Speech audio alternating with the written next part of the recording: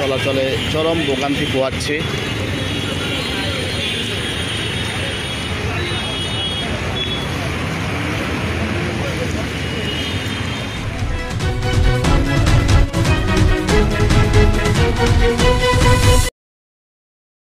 গত 5 দিনের টানা ভারী বর্ষণে নোয়াখালীর নিম্নাঞ্চল প্লাবিত হয়েছে নোয়াখালীর 9টি উপজেলা।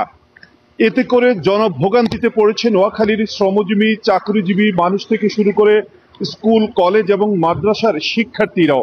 দর্শক, আমি এই মুহূর্তে আছি নোয়াখালীর জেলা প্রশাসকের কার্যালয়ের সামনে।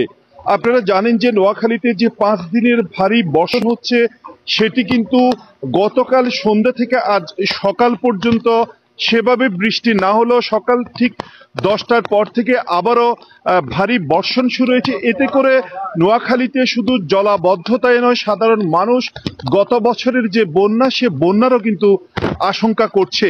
আমি ক্যামেরার ফ্রেমে আপনাদের দেখানোর চেষ্টা করছি। আপনারা দেখছেন এখানে নোয়াখালীর সবচাইতে গুরুত্বপূর্ণ একটি যে সরকারি দপ্তর, নোয়াখালী জেলা প্রশাসকের কার্যালয়, সেটিও কিন্তু তার নিম্নাঞ্চলও কিন্তু পানিতে প্লাবিত হয়েছে। এছাড়াও নোয়াখালীর পুলিশ সুপারের কার্যালয়, নোয়াখালী জেলা ম্যাজিস্ট্রেট কোর্ট, নোয়াখালী শিল্পকলা একাডেমি, এছাড়াও নোয়াখালীর নিম্নাঞ্চলের মধ্যে দ্বীপ উপজেলা যে হাতিয়ার বেশ কিছু অঞ্চলও কিন্তু ইতিমধ্যে প্লাবিত হয়েছে।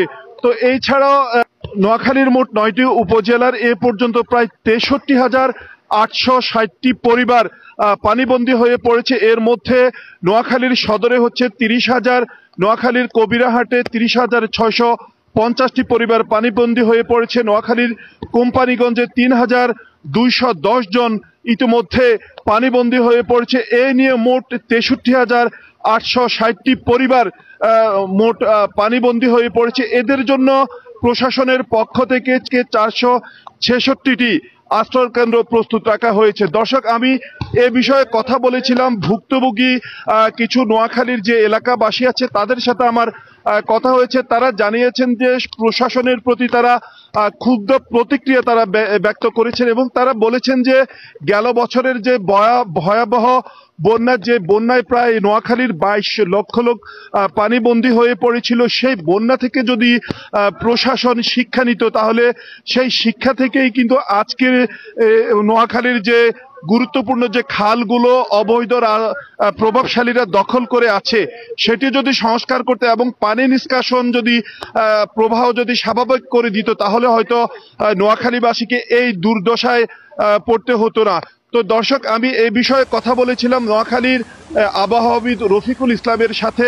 তিনি আমাকে জানিয়েছেন যে তিনি প্রথমে বলেছেন যে গতকাল পর্যন্ত যে বৃষ্টি হয়েছে আমরা শঙ্কা করছিলাম যে আর হয়তো আজকে থেকে কিছুটা স্বাভাবিক হবে, কিন্তু কিছুক্ষণ আগেই কিন্তু আবার ভারী বর্ষণ শুরু হয়েছে। উনি জানিয়েছেন যে গতকাল থেকে আজ পর্যন্ত নোয়াখালীতে 95 মিলিমিটার বৃষ্টিপাত রেকর্ড করা হয়েছে।